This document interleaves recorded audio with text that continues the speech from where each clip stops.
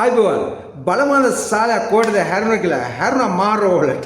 මාරෝවලේ ගියා වෛද්‍යවරු අම්මෝ බුද්ධිමත් අපේ වෛද්‍යවරුන්ගේ ප්‍රශ්නයක් තියෙනවා. මොකද මේ දවස්වල අයවැයි පඩි කපලා.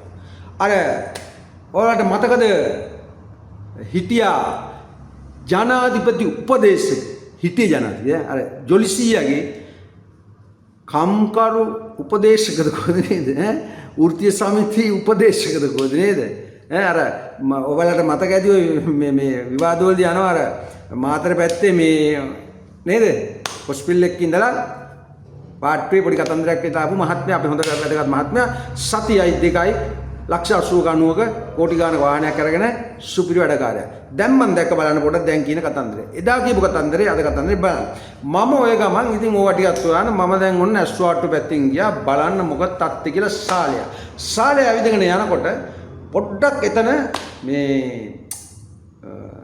සෙනග වැඩි ඒලේ ට්‍රැෆික් කට්ටිය මේන මම පොඩ්ඩක් ඉතන මිනි පෙට්ටි සාප්පු ළඟ ගියේ. එතන ඉන්නකම මිනි පෙට්ටි සාප්පු කෙනා කියනවා ආත්තම මං මේ පොඩ්ඩක් මේ පැත්තට යනවා ඕ මාත් උදව් කියලා කියන මේ මාත් අපිට මේ දවස්වල මිනි පෙට්ටි විකිනනවා අඩුයි කියලා මං ඇයි කියලා.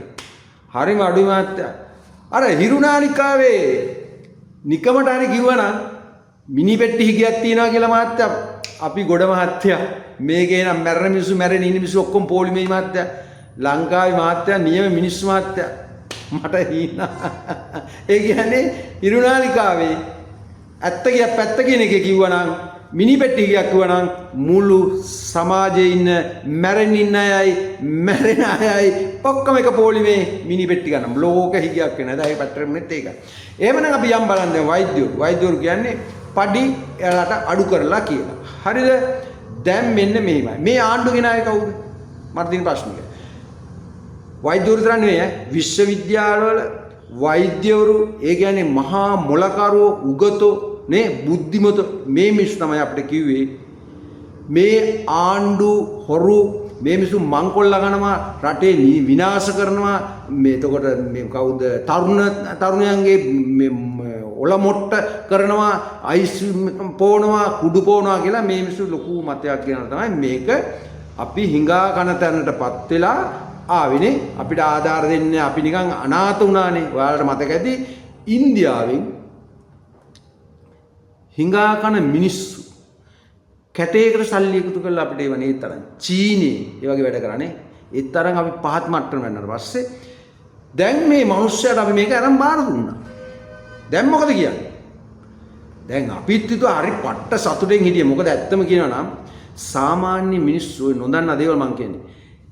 ඒ අර පොකට් මීටිං එතකොට ලොකු මීටිං වලට ආපු ඔය පක්ෂය අයට හරිද ජාතික ජනමිලේ පැට්ටර් ටිකන් ගැවි අයින්සේ මිනිස්සු ඇයි හදවතින් මේ මිනිස්සු අද මොනවද ඉල්ලද නැහැ මේ මිනිස්සු කියන්නේ මේක හදලා දියා මේ රට යම්චි තැනක දැන් මන්නේ ස්ටේෂන් එකකින් ගිහින් බලන්නකො කොළඹ බද්දාගෙන කන්න පුළුවන් තත්ත්වෙ ලස්සන හදලා තියෙනවා නේ මම දැක්කද මාරෝලේ ලෙඩ් වෙන යන පොඩි ලස්සන වාහනයක් හදලා තියෙන ටැක්සියක් වගේ නේ ඒවා දැක මේ මිනිස්සු කියන්නේ අපිට දියන් නැත්තම් අපි බලා ගන්න පුළුවන් ඒ වෛද්‍යවරයා ඒ වෘත්තීය සමිතියේ මම දැක්කේ හරියටම අර හාල් මෝල් කාරෝ ටිකක් ඉන්නේ අපි අන්න ඒ වගේ බලාගෙනයි අත උස්සම අන්න ඒ වගේ නේද අර පුණ්‍ය නිපුණ කණ්ඩ අරලිය ඔක්කොම ටික ඒ වගේනේ අන්නේ තත්ත්වෙටපත් වෙලා මං හිතුවේ නෑ මේක ඇත්තම කලකිරුණා හරිනම් ඔබතුමාට මම කියන්නේ බැගෑපත් මම වැඳලා ඉල්ලන අවුරුදු දෙකක් අපි නියඬ වැඩ කරන්න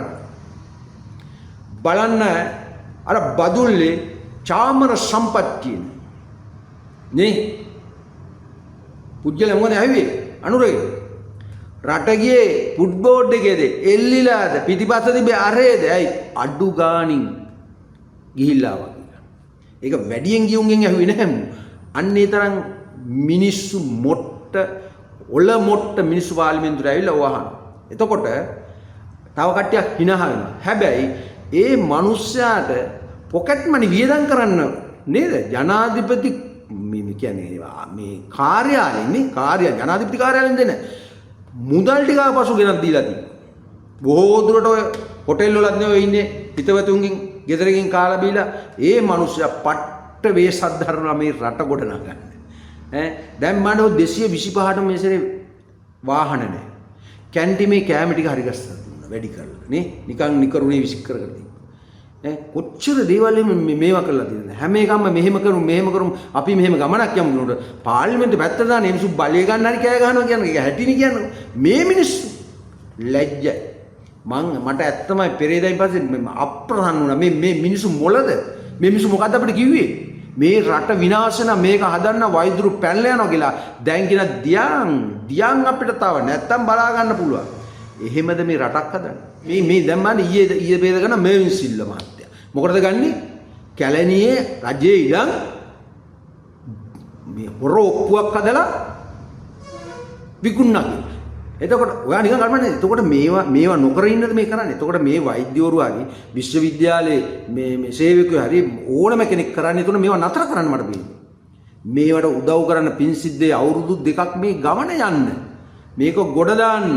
අපි කාට සතුටින් ජීවත් වෙන්න පුළුවන් වැඩ පිළිවෙලකට එන්න මොනවා හරි අඩුපාඩුවක් තියෙනවා ඇවිල්ලා කියන්න පඩි ඒ කාලේ නම් කමන්නේ ඒ කාලේ මහවුන් ටිකක් කෑවා ඒතකොට අපි ඉල්ලලා කන්න ඕනේ කියන මතේ හිටිනකම් දැන් ඒ මිනිස්සු හැමදේම මත ඇරලා මම දන්නවා පාරේ බස් එකේ පාර්ලිමේන්තු වෙනවා නැත්තම් තමුන් ටීවී එක මොකක් හරි බලන්න කර එන්න තැන් බලන්නකෝ ගිහිල්ලා අඩු ඒ ගැනව සතුටු වෙන්න බෑ එදා එහෙමද පිටිපස්සෙන් වාහනයයි ඉස්සරහින් වාහනයයි මොන්න තරම් මිනිහෙකුට පාරේ යන්න බෑ මිනිස්සු අයින් වෙන්න මුන් සුදු ඇඳගෙන මේ දැන් අද පාර්ලිමේන්තුවේ විනය කියන එක අන්න ඒකවත් මේ මිනිස්සු හිතන්න බෑ ඒ කාලේ මිරිස් කුඩු ගහනවා පුටු උස්සනවා කතානාගේ පුටුවට මේ වතුර දානවා නේද සත්තු වගේ ගහ ගන්නවා මේ මාස 4 බලන්නකෝ යන විදිය කොච්චර වැදගත්ද කවුරු හරි ටිකක් වැඩියෙන් කෑ ගවත් ඒකට දෙපැත්තෙන්ම කෑ ගහලා ඒවා සමතේකටපත් වෙනවා ඒකයි අපිට වෙන්න ඕනේ. එහෙමනම්